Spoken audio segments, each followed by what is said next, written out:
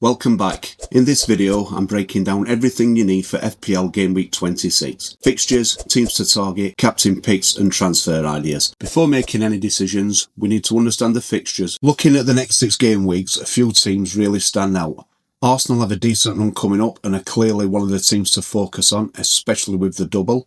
Aston Villa also look solid from an attacking point of view, while Bournemouth have what look on paper a very good run. Crystal Palace are another with 3 very good home fixtures in the next 5 before they blank in 31.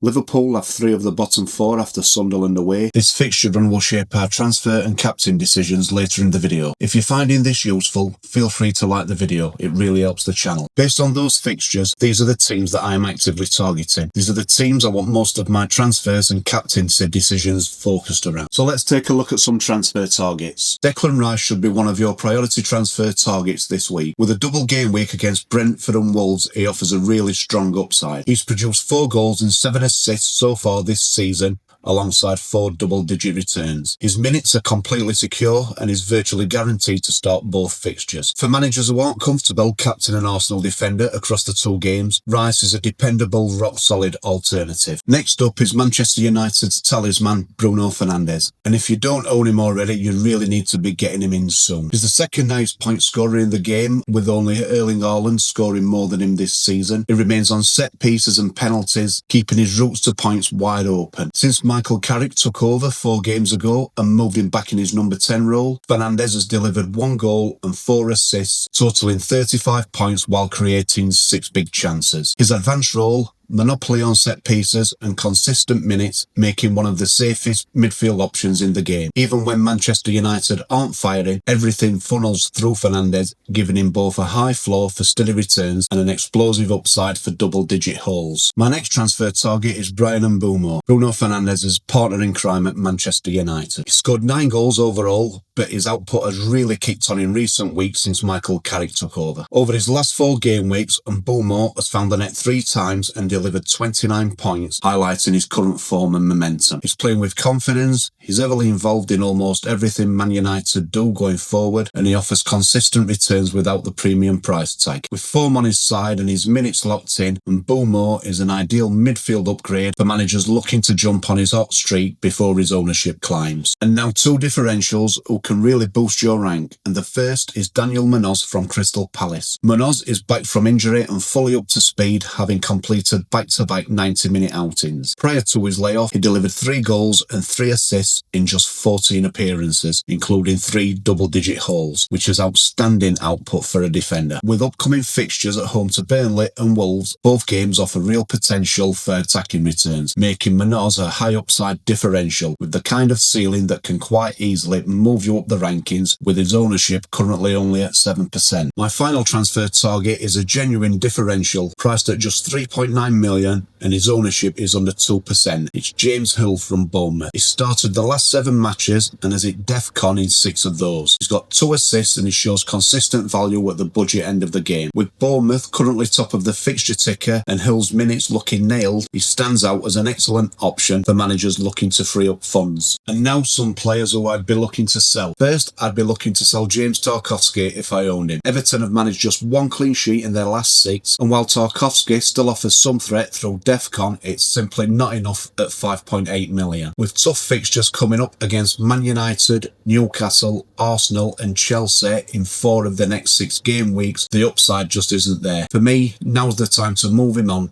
and reinvest the cash elsewhere. Another player to sell if you haven't already is Phil Foden. With no attacking returns since game week 16 and having been benched in his last 3 matches, it's just pointless trying to justify holding him any longer. At his price point, you need consistent minutes and reliable output, and right now he's offering neither. There are simply too many better, more secure assets available for the same money or less, making this an easy sell for managers who are looking to optimise their squad. Bruno Guimaraes is my final sell this week, despite picking up a goal and an assist at the weekend. Newcastle United's upcoming fixtures aren't particularly appealing, and they also have a two-legged Champions League playoff to manage, which will add rotation risk. With Guimaraes only just back from injury, I'm not fully convinced his minutes are secure in the short term. At his price, I'd much rather invest in an Arsenal midfielder for their double game week, or pivot to a Manchester United midfielder option with stronger fixtures and upside. Now on to captains, and the outstanding captain choice this week is Gabriel, with Arsenal facing a double game week against Brentford and Wolves. I didn't include him in the transfer target section simply because his ownership is so high that I'm assuming every engaged manager already owns him. He's been the standout defensive asset all season and pound for pound arguably the best asset in the entire game. Gabriel's delivered 3 goals, 2 assists and 4 double-digit hauls, and he remains a huge threat from set pieces with everything aimed in his direction. Add in his consistent defensive contributions and nail minutes and he becomes a genuine triple captain candidate. Could he hold big? Absolutely.